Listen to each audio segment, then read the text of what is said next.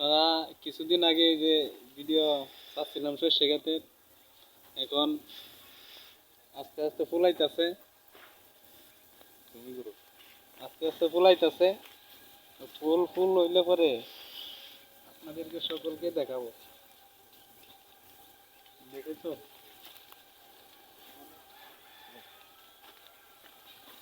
এই যে ফুল ধরছে, এই যে ফুল ধরতেছে, ফুল এই যে ফুল সব সর্ষে ধরতেছে।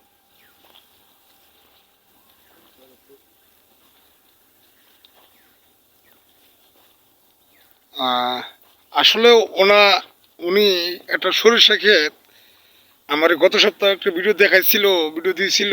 আপনারা কয়েকজন কিছুজন অনেকে দেখছেন এবং নাম হলো জহিরুল ভাই আসলে সরিষা চাষ করছে। তারপর সরিষার পরে পরে আবার আখ করবে, আখ বলে গ্যান্ডারি বলে কই, ময়মনসিং ভাষা বলে আখ বলে, উক বলে, আবার কেউ গ্যান্ডারি বলে। এটা পরে আপনি এটার পরে কি ফসল করবেন? এটার পরে আখ আখ করবেন। আগে তো আখই ছিল।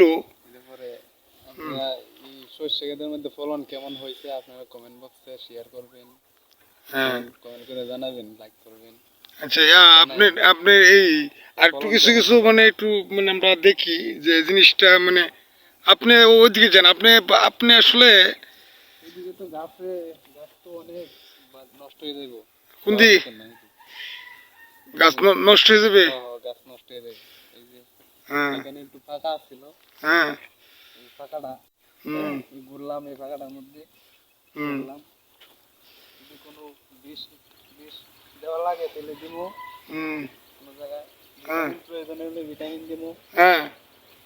এগুলো দিব।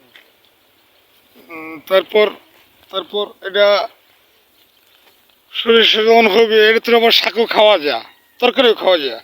শাক খাওয়া যায়, শাক খাওয়া যায়, খাওয়া যায় না? শাক খাওয়া যায়, শাক খুব স্বাদের শাক হয়। হ্যাঁ।